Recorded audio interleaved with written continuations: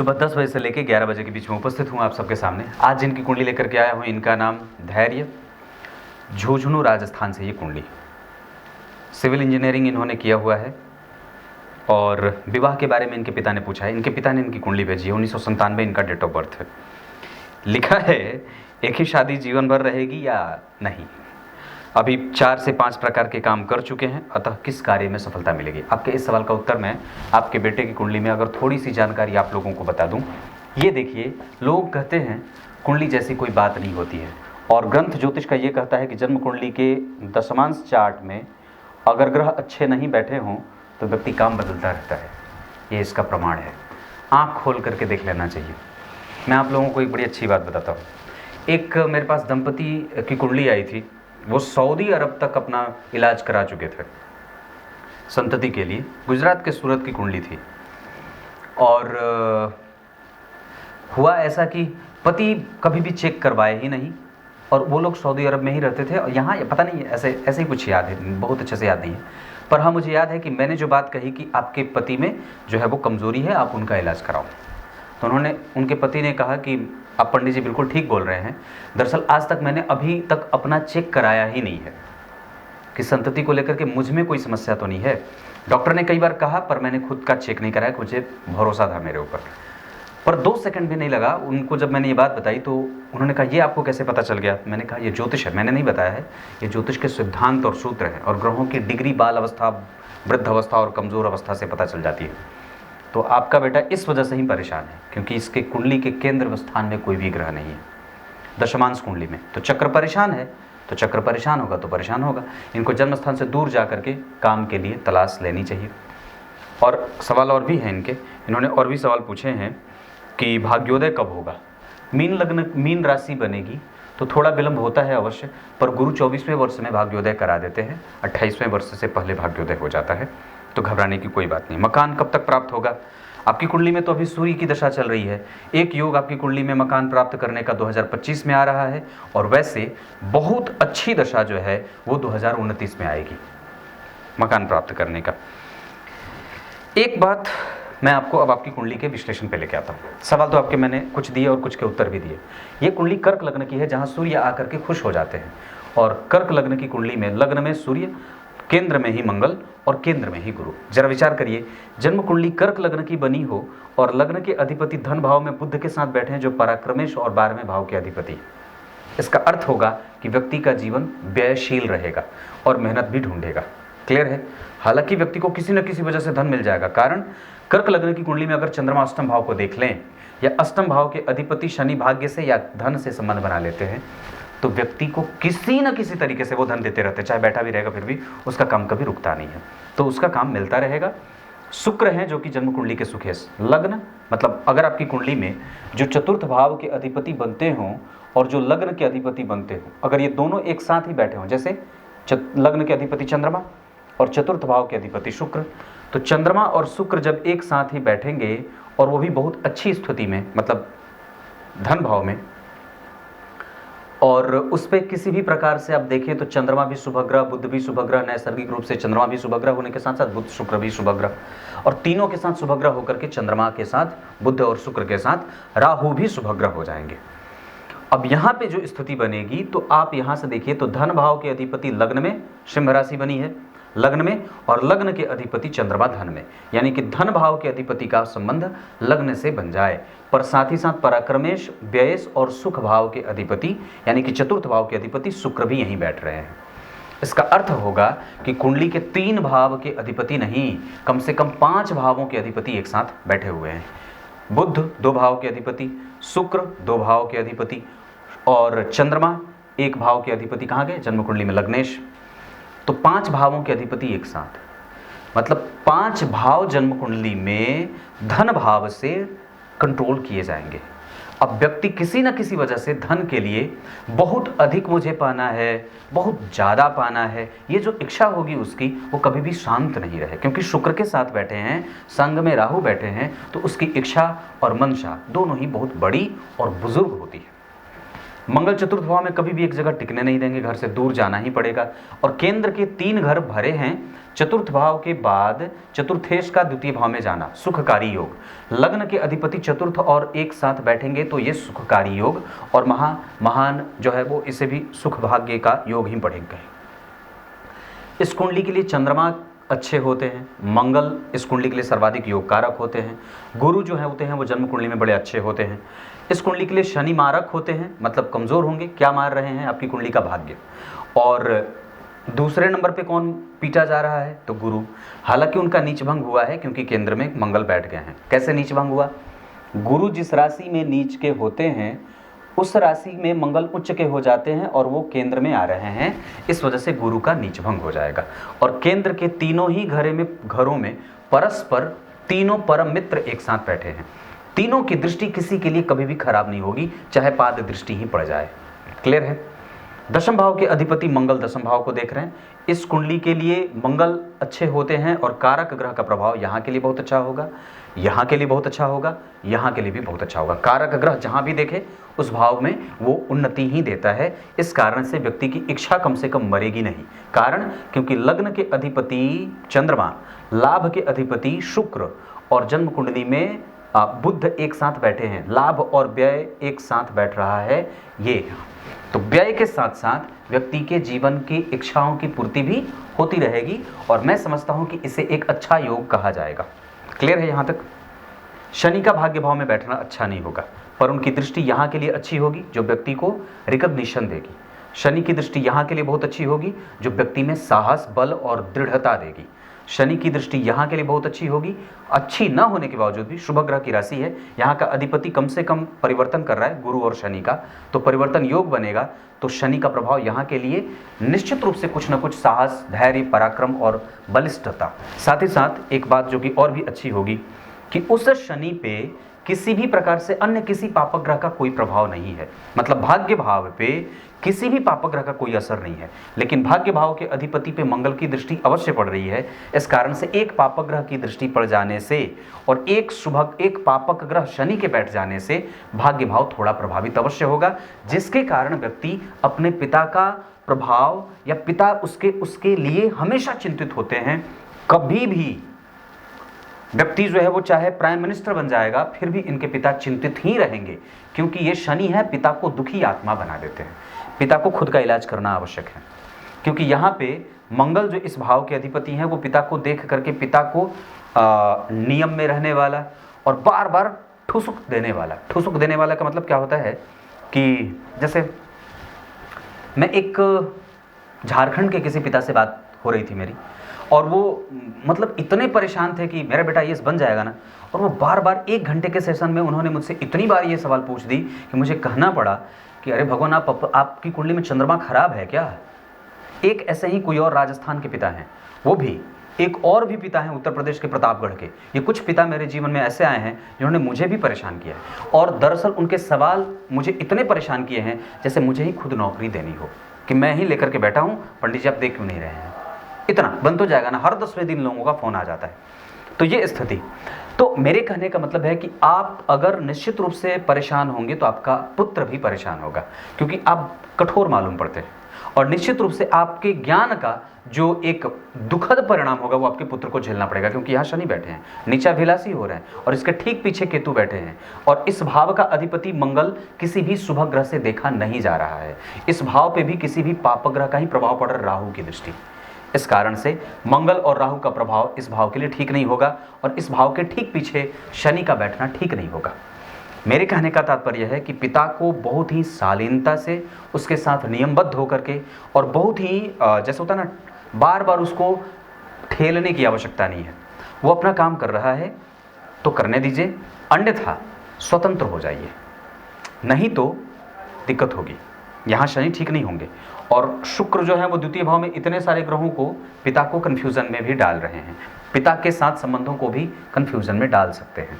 तो मैं ये कहूँगा, क्योंकि पंचमेश जो है वो चतुर्थ भाव में बैठे हैं और कोई खराबी नहीं है, तो इस व्यक्ति का संबंध पिता के साथ कभी कमज़ोर नहीं पड़ेगा, और निसंदेह वो अच्छा है। गुरु नीच के हैं, और यहाँ पे गुरु वर्गोत्तम और यहाँ पे गुरु राहु के संग मेष राशि में। और दरअसल जो स्थिति मैं देख रहा हूँ उसमें चंद्रमा जो है वो यहाँ पे सिंह के, यहाँ चंद्रमा मिथुन के, और यहाँ पे चंद्रमा जो है वो जन्म कुंडली में तुला के। यहाँ तो थोड़ी स्थिति कमज़ोर हो रही है, और यहाँ पे दरअसल वो बहुत अच्छे हो जाएंगे क्योंकि यहाँ सस्थेस होकर के बैठ रहे हैं। और किसी भी प्रकार से यहाँ पे भी दाम्पत्य खराब नहीं है, पर केंद्र में ये जो ग्रह बैठे हैं गुरु बुध बहुत अच्छे होंगे, यहाँ शनि बहुत अच्छे होंगे, दाम्पत्य बन जाएगा और निभ भी जाएगा। मंगल के साथ शुक्र यहाँ बैठे हैं, मंगल इस भाव को देख करके व्यक्ति में साहस देंगे और सुखद दाम्पत्य का इशारा करेंगे। शुक्र यहाँ बैठ करके कम्युनिकेशन देने के साथ साथ, और यहाँ पे गुरु नीच के होकर के बहुत अच्छा परिणाम दाम्पत्य को देने वाले गड़बड़ करेंगे। मतलब मेरे कहने का अर्थ होगा ये कि चतुर्थ भाव में मंगल मंगलिक दोष बनाएंगे, सप्तम स्थान में गुरु नीच के, इस वजह से थोड़ी सी वहाँ पे समस्या अवश्य ही पैदा हो। पत्नी हो सकता है कि धार्मिक थोड़ी कम हो, या बच्चा स्वयं भी हो जो थोड़ा धर्म में भरोसा करने वाला कम हो। वैसे कर्क लगने वाले धार्मिक होते हैं, प्रणेता होते हैं, कानून और कानून के जानकार होते हैं, नियमबद्ध होते हैं, इमोशनल होते हैं, दूसरों के हृदय की बात जानने वाले और जान करके उसकी व्यथा समझने वाले होते हैं, व्यवस्थित जीवन जीना चाहते हैं, बड़े ही अनुकूल पर्यावरण में पले बढ़े होते हैं। इनके साथ इनके सभी लोग बहुत ही निश्चलता से इनका संबंध होता है, हृदयात्मक इनका लगाव होता है। दिमागी रूप से भले ही थोड़े कमज़ोर कभी पड़ जाएं, जैसे आपको मैं एक बड़ी अच्छी बात बताता हूँ, जैसे पृथ्वी भूदेवी के रूप में आप इनकी पूजा करते हैं, पृथ्वी को स्पर्श करते हैं, पर इनका कोई ये ऐसा नहीं है कि ये पृथ्वी को आपने अगर स्पर्श कर लिया तो ये आपने भूदेवी की पूजा कर ली, नहीं। ये भूदेवी मतलब वास्तुदेव की पूजा की आराधना की स्थिति अलग होती है। जैसे चंद्रमा, आप चंद्रमा पर पहुंच गए तो वो उसका भौतिकीय स्वरूप है, पर कोई आवश्यक नहीं है कि चंद्रमा पे पहुंच गए तो आपका चंद्रमा ठीक हो गया। उसके लिए आपको निश्चित रूप से जो है वो चंद्रदेव या शिव जी की पूजा करनी होगी, क्योंकि चंद्रमा जो होते हैं ये व्यक्ति कर्क से प्रभावित है। कर्क राशि के अधिपति चंद्रमा ब्रह्मा जी के पुत्र हुए अत्रि, और अत्रि के पुत्र हुए चंद्रमा, और दक्ष प्रजापति की 2700 कन्याओं का विवाह चंद्रमा से हुआ था। ये चंद्रमा जो है वो नक्षत्रों के पति कहे जाते हैं, और जरा गौर से समझिएगा तो ये चंद्रमा ही सभी के प्राणमय कोष, अन्नमय कोष और जीवमय कोष के आधानकर्ता कहे जाते हैं। यही उसके प्राण के स्वरूप उसमें विद्यमान होते हैं। प्राण है, लग्न जो है वो देह है, और उसके अंदर जो उपस्थित हमारी जो है वो जैसे होता है ना सूर्य आत्मा, तो जगत का चक्षु कौन? जगतस्थ चक्षु सूर्य, पर उसके अंदर जो प्राण बन के बैठा हुआ है वो हमारा मन, हमारा जो मन है वही हमारे अंदर परमात्मा का कारक होता है।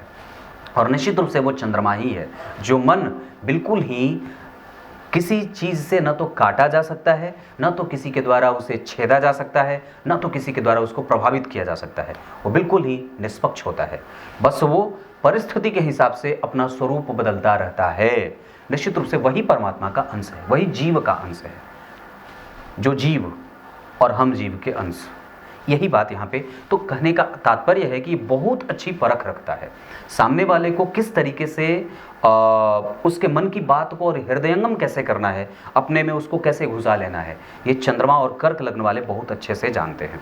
निश्चित रूप से इनकी गति हमेशा ही उत्तरोत्तर प्रबलता की होती है और बुद्धिमत्ता की तरफ होती है। ये बात मैंने इतनी बताई। तो यहाँ पे आप दाम्पत्य को लेकर के थोड़ी बहुत अशालीनता की स्थिति अवश्य बनेगी।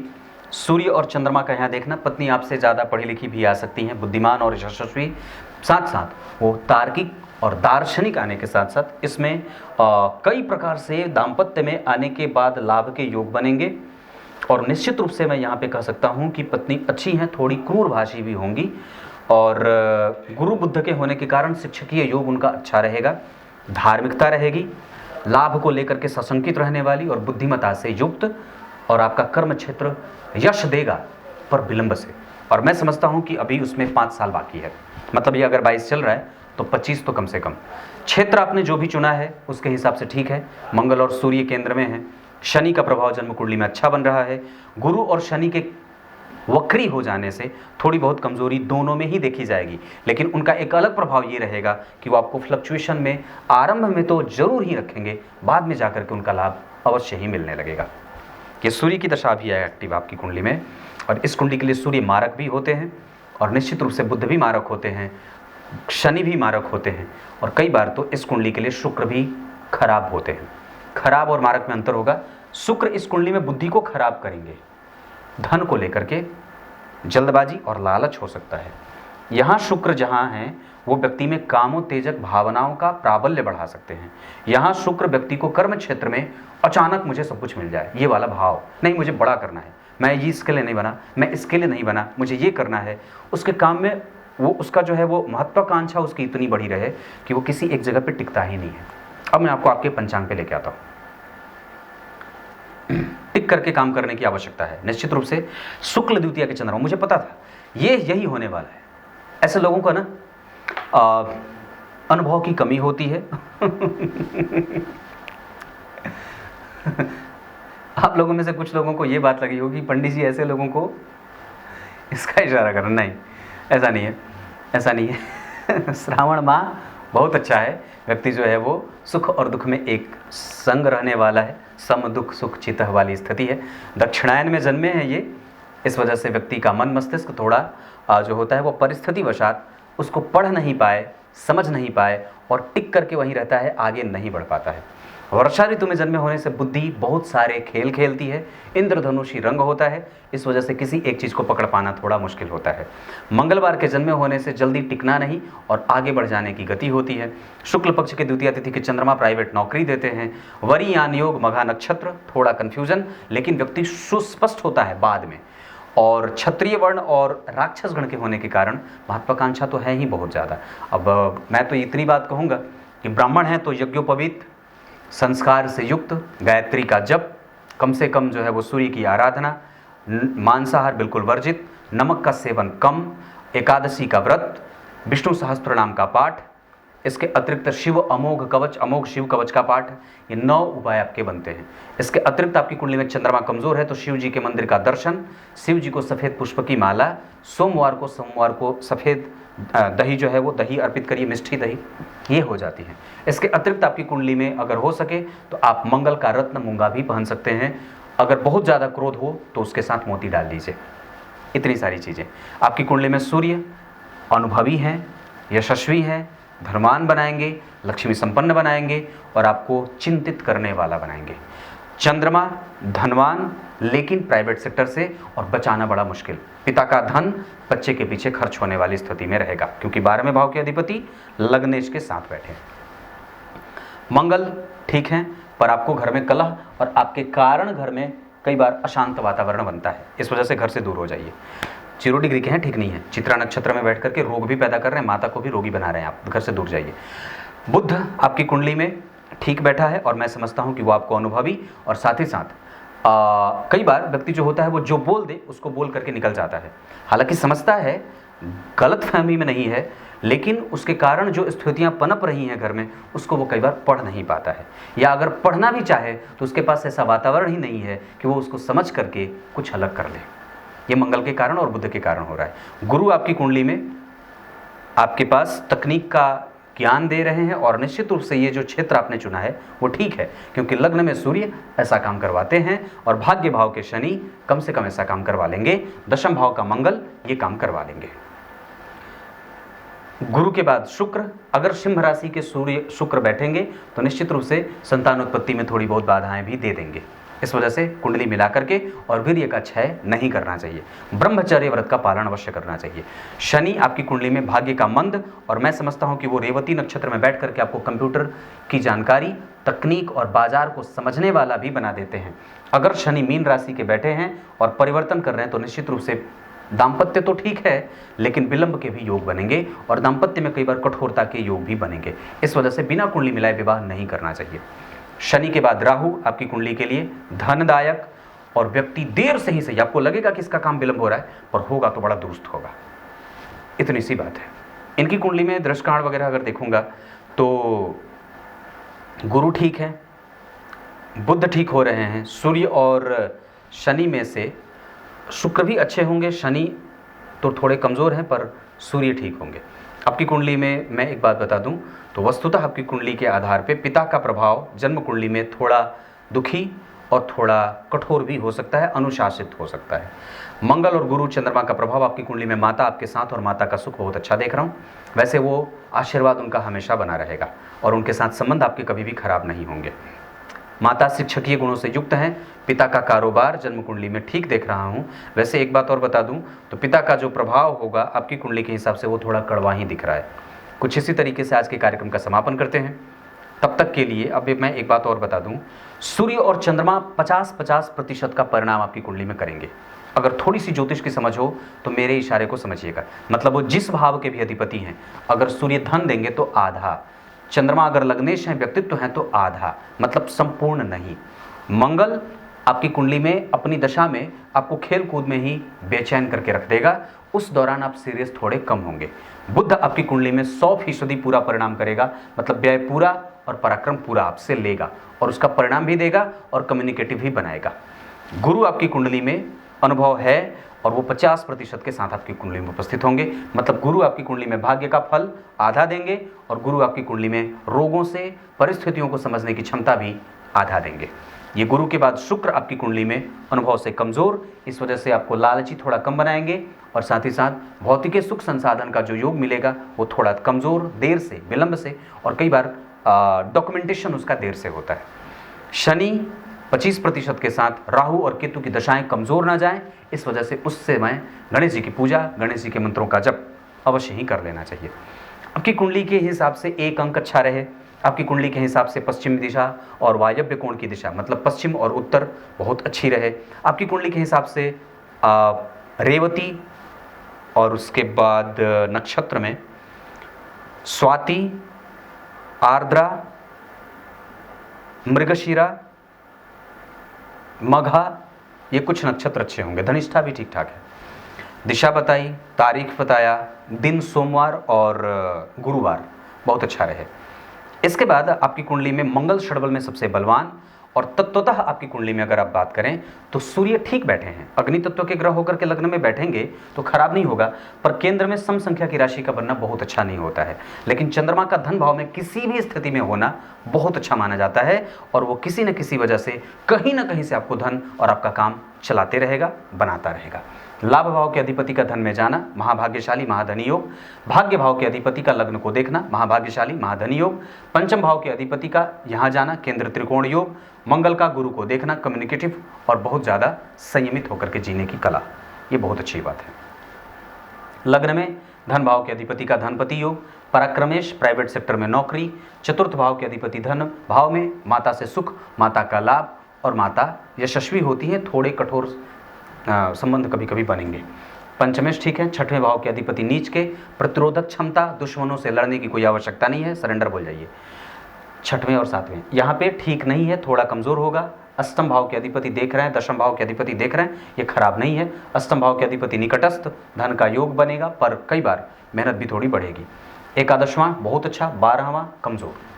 ये आपकी कुंडली में मतलब व्यय करने पे कंट्रोल करना है, रेगुलराइज करना है। अभी जो ग्रह की दशा चल रही है सूर्य की, वो आपकी कुंडली में अनुभव देना चाहता है, तो अगले 26 तक आप जहां कहीं भी रहें टिक करके उनको ऑब्जर्वेटिव माइंडसेट के साथ अगले 10 वर्ष आगे भी चुपचाप सीखते रहिए। अभी आपके जीवन में 25 के बाद जो रेगुलराइजेशन होगा वो बहुत ही गंभीर और बहुत ही नियंत्रित होगा। मतलब कहने का है कि जीवन में जो प्रत्येक ग्रह होते हैं वो आपको कुछ न कुछ, कभी कोई ग्रह बहुत ज़्यादा फल देता है, कभी कोई ग्रह आपसे बहुत ज़्यादा मेहनत करवाता है, कभी कोई ग्रह आपको बहुत ऑब्जर्वेशन कहने को या रखने को कहता है, कभी कोई ग्रह है जो आपको बैठे बैठे खिला देता है, कभी कोई ग्रह है जो अचानक से आपको भर देता है, कभी कोई ग्रह ऐसा होता है जो आपको मानसिक रूप से प्रताड़ित कर देता है, कभी कोई ग्रह ऐसा है जो आपको इतना ज़्यादा शारीरिक कष्ट दे देगा कि आप मन से भले कष्ट ना पाएं पर मानसिक से ज़्यादा शारीरिक मिल जाता है। कभी कोई ग्रह ऐसा होता है जो दुश्मनों से इतना लड़ा देता है कि आप थक करके चूर हो जाते हैं। कभी कोई ग्रह ऐसा होता है कि आपके सामने कोई भी आ जाए, आपके रेल में कोई आगे टिकेगा नहीं। ये सब ग्रहों के कुमार, बाल और वृद्ध आदि अवस्थाओं पे और उनके भाव और उनके ऊपर पड़ने वाले दृष्टि से ये चीज़ें बनती हैं। आपकी कुंडली में अगर भवन वगैरह खरीदना हो तो गुरु, शुक्र, मंगल, चंद्रमा बहुत अच्छे रहेंगे। संतान उत्पत्ति मंगल और गुरु और शुक्र ये बहुत अच्छे रहेंगे। विदेश वगैरह जाना होगा तो आपकी कुंडली में योग बने हैं, अगर बाहर निकले तो ये कुंडली बहुत ज़्यादा सफल हो जाएगी। कुछ इसी तरीके से आज के कार्यक्रम का समापन करते हैं। तब तक के लिए इजाज़त दीजिए। कल एक बार फिर से उपस्थित होंगे आप सबके सामने। शाम का कार्यक्रम अवश्य देखा करिए। आप लोग प्रत्येक दिन कार्यक्रम नहीं देख रहे हैं, ये अच्छी बात नहीं है। तब तक के लिए बहुत बहुत नमस्कार।